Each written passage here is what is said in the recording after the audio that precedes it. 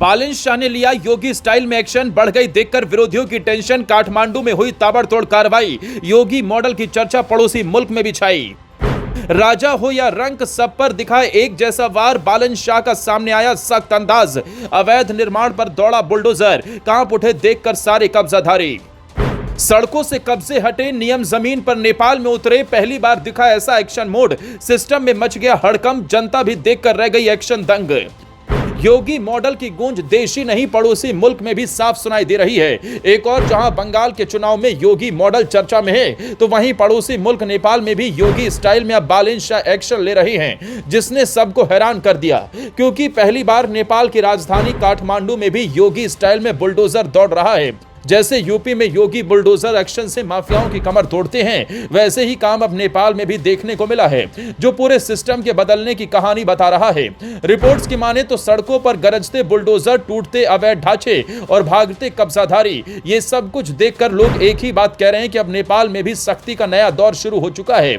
जिस अंदाज में कार्रवाई हो रही है, उसकी तुलना उत्तर प्रदेश के उस मॉडल से की जा रही है जिसने कानून व्यवस्था को लेकर देश भर में चर्चा बटोरी थी। दरअसल काठमांडू में इन दिनों अवैध निर्माण के खिलाफ बड़ा अभियान चल रहा है। सड़क किनारे बने ढांचे, सरकारी जमीन पर कब्जे और बिना नियमों के खड़ी की गई इमारतों पर लगातार कार्रवाई हो रही है।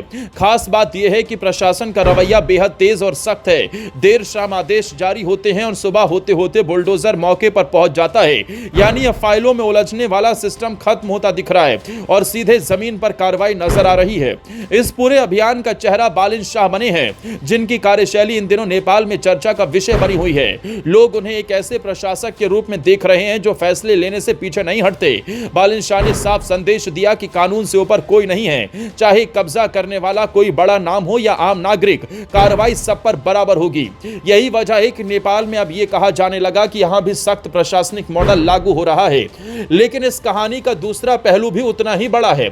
जहां एक तरफ लोग इस कार्रवाई की सराहना कर रहे हैं, वहीं दूसरी तरफ कुछ लोग इसे लेकर चिंतित भी हैं, क्योंकि जब बुलडोजर चलता है तो सिर्फ दीवारें नहीं गिरती, कई लोगों की रोजी रोटी भी खत्म हो जाती है। काठमांडू में भी कुछ लोगों का कहना है कि कार्रवाई जरूरी है, लेकिन जिनके घर या दुकान टूट रहे हैं, उनके लिए कोई वैकल्पिक व्यवस्था होनी चाहिए। यही सवाल अब प्रशासन के सामने खड़ा हो रहा है। इस कार्रवाई का असर सिर्फ शहर तक सीमित नहीं है, बल्कि इसका राजनीतिक असर भी साफ नजर आने लगा है। नेपाल में चर्चा तेज है कि यह सिर्फ अवैध निर्माण हटाने का अभियान नहीं, बल्कि एक नई व्यवस्था की शुरुआत है। लोग पुराने नेताओं और नई कार्यशैली की तुलना कर रहे हैं। पहले जहां योजनाएं कागजों में रह जाती थी, अब जमीन पर बदलाव दिखाई दे रहा है।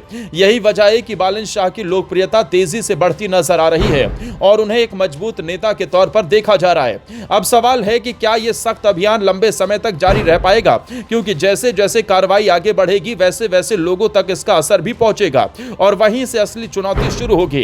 फिलहाल काठमांडू में एक साफ संदेश दिया जा चुका है कि अब नियमों से खिलवाड़ नहीं चलेगा। बुलडोजर सिर्फ दीवारें नहीं गिरा रहा, बल्कि एक नया सिस्टम की नींव रख रहा है। आने वाले समय में यह देखना दिलचस्प होगा कि क्या यह मॉडल नेपाल की राजनीति और व्यवस्था दोनों को बदल पाएगा।